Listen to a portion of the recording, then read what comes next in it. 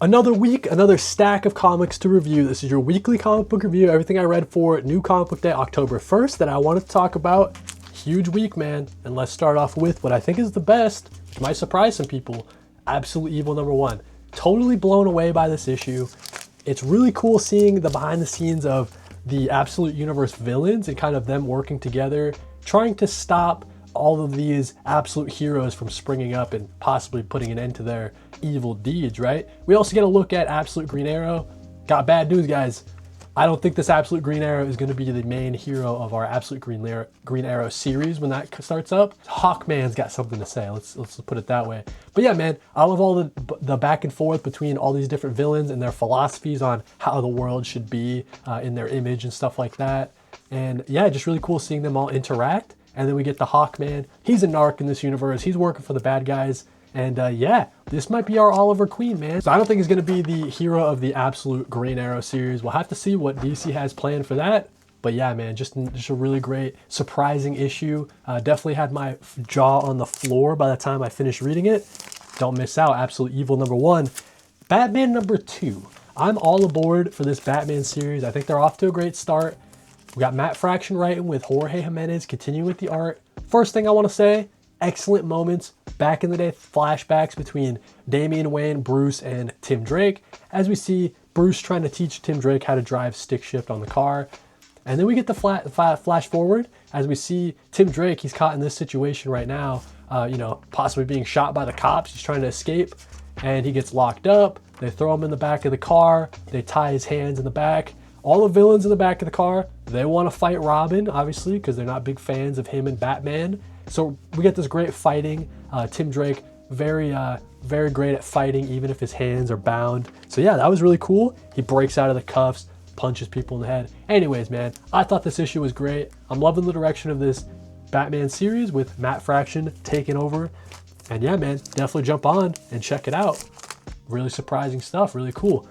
Absolute Superman #12, the return to this version of Smallville. As we see this Kal-El, he's really grappling with feelings of being alone, being isolated. He's having these conversations with Soul, who is his suit, essentially. The only kind of remnant that he has from his own world. The person that raised him, essentially, right? So I love the back and forth moments between this version of Kal-El and Soul. You know, Soul saying, like, I'm sorry that I couldn't be more for you, right? I'm sorry that I couldn't do more for you and provide for you. And Kal-El's like, hey, you're the only reason why I don't feel as lonely as you think I do. Like, you're my best friend, you're part of my family. So I love all those moments with Jason Aaron writing it. This Absolute Superman is really struggling, but he goes back to Smallville. Maybe he can find camaraderie with Lana Lang as we get introduced to her in this series. We get Lois Lane, Jimmy, they're all hanging out in Smallville, and Kal-El returns. So yeah, man, we'll have to see what happens with this. It seems like Ra's al Ghul and Lazarus Corporation are going to go to war with Kal as he's trying to hole up at Smallville. So we'll have to see what happens with the rest of the series. A standout from the Absolute line. I'm loving it. Batgirl #12. If DC ever cancels this series like they did Green Arrow and Birds of Prey, we're going to have real problems, man, because this is excellent stuff from Tate Brombal with Miyazawa on the art. It's all about Batgirl. She is still kind of wandering around with her brother, her new half-brother that she has discovered or whatever.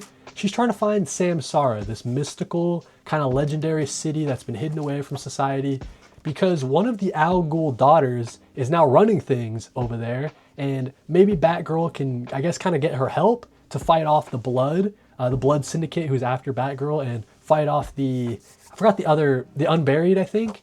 So all these different organizations are trying to go after Cassandra Cain, Batgirl, and so maybe she needs some help from Samsara, this place, and one of the Al Ghul girls.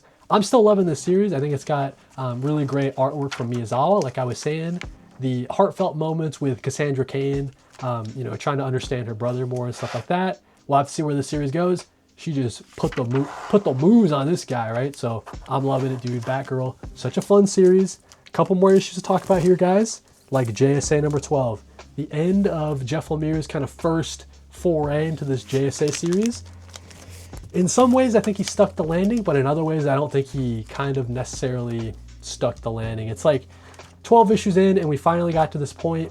Very kind of unceremonious in some parts. Like, members of the JSA had cool moments. Like You know, we get Dr. Fate getting his helmet back, kind of using his powers to defeat some of the members of the JSA.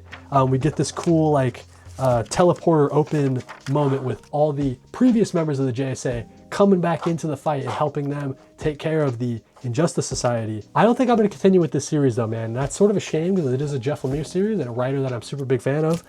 I'm going to continue reading it on DC Universe Infinite, just not pick it up in singles. Hate to say it, man, hate to say it. Ultimate Wolverine number 10.